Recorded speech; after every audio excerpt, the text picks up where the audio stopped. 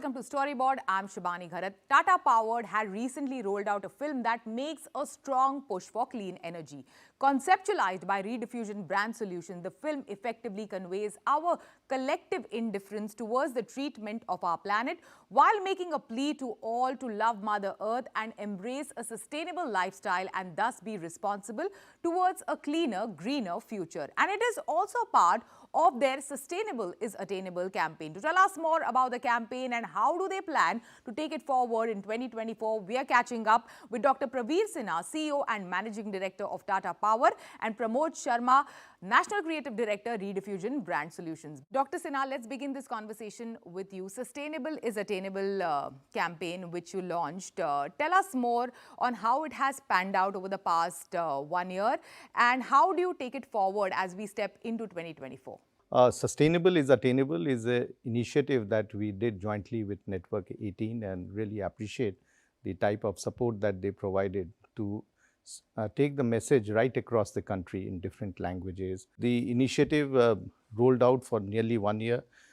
We saw a huge amount of traction both through the electronic media, through the social media, and especially amongst the children and youth, that how they can also participate and things are not so difficult or so cumbersome, but things are something which they can implement in their lives. And I think that gave us the inspiration that we need to continue the messaging, and the narrative continues to be there that sustainable is attainable and we need to give our bit to bring clean energy solutions. So what do we see going forward? Pramod, if you can give in your inputs on that. I think we have planned a whole year cycle. This is what we're going to do this quarter, and this quarter. A lot of activities, like we're doing a lot of stuff which are not only pertaining to Tata employees, but it's to, the whole of India.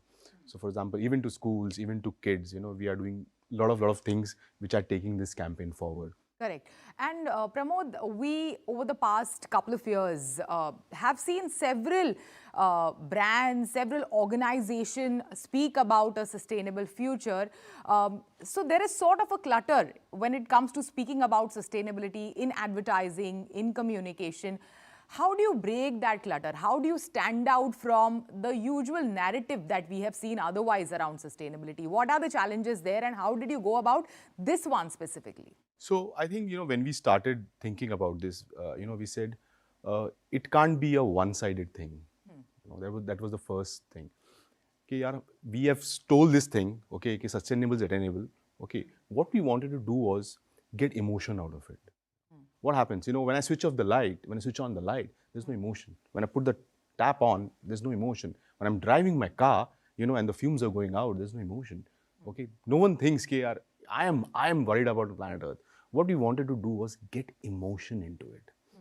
If you see the whole film, it's all about emotion. It's all about a lonely globe, roaming around here and there. And, people are actually not taking care of it in that. It's almost that they're passing the responsibility and passing the baton from one person to the other. I would like to thank Dr. Praveer Sinha for that. He once told us, everyone is passing the buck. Okay, so that's what the we embedded the idea into it. Yeah, this is my world. No, I'm not going to I'm not going to save energy. Shibani will save the energy. Okay, Shibani won't save the energy. He will save water. He will not save water. Ye kar lega, ye kar lega, ye kar, this guy will do, this guy will do, this guy will do. This my neighbor will do. No, that area will do. So I think we are falling into this kind of trap. Correct. This is only not my problem. Okay, someone else can also do it. That's why you see households, they can live in one cars. They have 3 cars, 4 cars, 5 cars. But if you are responsible, say no, this is my problem. Okay, then we can have 1 car in a house and Yeah. So that was the whole idea behind it, and also a call to action, which was embrace, love, switch. What we wanted to say was embrace it, love it, and then switch. You have to get that switch angle into it, because unless you don't switch your ways, unless you don't switch your mind, this will never happen. Yeah. Dr. Sinha, we spoke about Tata Power and its role, and how you guys are driving conversation around sustainability and clean energy. But overall, if you can also give us perspective on the sector's contribution towards, driving this energy transition.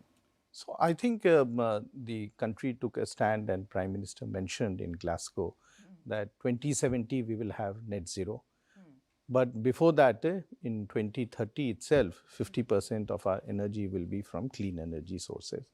And I think the capacity addition that is taking place now in clean energy, whether it is solar or wind or storage or pump storage, is towards how do we bring an alternative to the present way in which energy is being produced and consumed. And I think it is very important that we transition, and we transition much faster. And as corporates, as people in the power sector, it is very important and incumbent on us that we drive the change and the transition that is happening. And you would have seen that I think in 2020, we took a stand that we will not add any coal capacity. We will only add new renewable capacity. And this requires a very, very bold initiative on the part of the company, because coal has been there for many years. Yes. But we said that we will bite the bullet and we will take it forward. Yeah, my next question was exactly going to be that, because I can see like a clear push towards sustainable future from Tata Power, but you also have the conventional offering, so that quite puts you in a strange position. So how do you strike that balance? How do you go about it? So in 2015, we had just 16% of our total capacity, which was clean energy. This year, we have 38% of our capacity, which is clean. And by 2030, we'll have nearly 70% of our capacity, which is clean. So what is happening is that as and when some of our coal assets complete their life cycle or complete the contractual obligations, they will get decommissioned, and the new capacity additions will only be the renewable and the clean energy solution. So I think it's a question of transition. These are not that you stop something, because we need to find an alternate. The world needs energy. The country needs energy. So gradual transition. So it has to have not very gradual, a little faster. And I think the country has taken a very, very ambitious target by 2030 to have 50% of our energy coming from clean sources. So I think we are on the right track. And some of the other new technologies, especially the smart grid technologies and the smart metering and all that, where we are also telling the consumers that how you can use energy in a much more responsible way, so that you do not waste energy, and the information that is being given to them on real-time basis will support them in taking a decision that they can also drive this sustainability initiative or clean energy initiative. So I think both conservation, utilization and supply has to work in tandem, and everyone has to take ownership of it. Correct, correct. Dr. Sinha, since we are catching up right at the start of the year 2024, also if you can share with us, your outlook for the year. So I think one thing is very certain, that the energy requirement is increasing. It is not only increasing in terms of the industrial or commercial or residential, but also in transportation. And we have seen in mobility also the energy requirement is increasing, because the country is growing and is doing very good. Now, having said that, it is important that we come with alternates. So in mobility, the electric vehicle and the charging infrastructure that needs to be supported is something that we are working on. And we definitely want that we give alternate solutions to the consumers, which are not only clean energy solutions, but are also affordable, and they are in large quantums, and there is no shortage of energy, and the growth that we are facing should not get hampered because of the less energy supply. So I think the country in 2024 will do exceedingly well, as it has been doing in the last few years, and I think the pace will only increase. Clean energy solutions will get more of emphasis, and there will be more of investments that will happen in clean energy.